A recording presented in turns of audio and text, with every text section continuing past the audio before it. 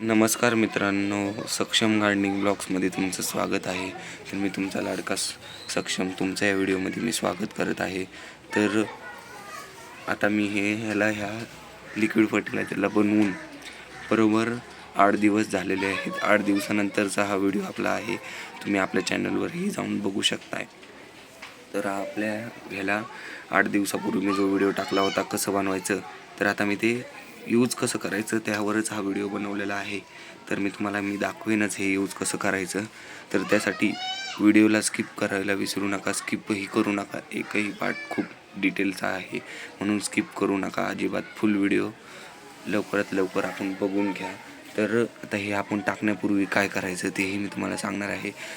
हे आपलं आहे 5 लिटरचं लिक्विड फर्टिलायझर. त्यासाठी आपण हे घेतलं आहे 4 लिटर लिक्विड पाणी. 4 लिटर हे पाणी घेतलेलं आहे. तर आता आपण ह्याच्यामध्ये हे जे 2 मग हे जे 1 लिटरचे जे आतले मग असतात ना हे असे, तर हे 2 मग असे भरून ह्याच्यात आपण टाकणार आहोत. त्यापूर्वी आपण हे सर्व पूर्ण गाळून घेऊयात.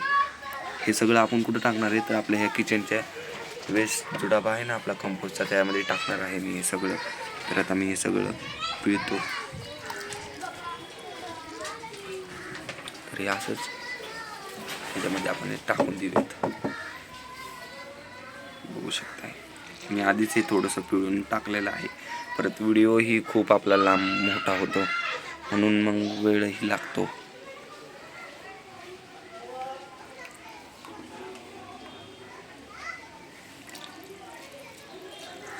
तर मी हे सगळं आता पिळतो आणि मग तुम्हाला मी दाखवतो. तर ह्यातलं मी 90% सगळं काढून घेतलेलं आहे. 10% राहिलं तरी काय हरकत नाही. तर आता हे सगळं असं घ्यायचं आणि थोडं मिसळून घ्यायचं आहे सगळं. बघू शकताय व्हिडिओच्या माध्यमातून मी तुम्हाला ही माहिती दाखवत आहे. हे सगळं हे असं ना मिसळून घ्यायचं पूर्ण.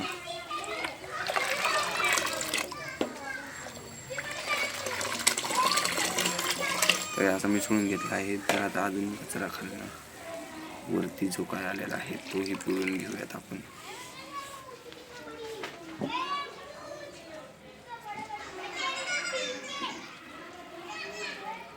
तर आता हे मी परत पिळतो सगळं आणि तुम्हाला दाखवतो. तर आता मी हे सगळं काढून घेतलेलं आहे यातलं.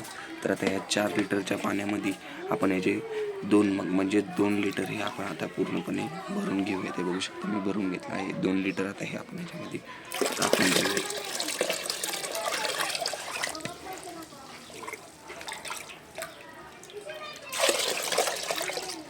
तर आता बघू शकता 2 लिटर आणि वरती मी थोडंसं झालं टाकत आहे. तर आता हे पूर्ण लाल पाणी झालेलं आहे बघू शकताय. तर आता हे रोजलाही देऊ शकतो. आता रोज फर्टिलायझर म्हणूनच मी तुम्हाला दाखवत आहे. बघू शकताय गुलाबाच्या झाडाला आपण टाकणार आहोत. तर साधारण 8 म्हणजे 10 इंचाच्या पोटला अर्धा लिटर टाकलं तरी चालेल. आता हे आपलं लकी बांबूचं पण झाड आहे त्यालाही आपण टाकून घेऊया.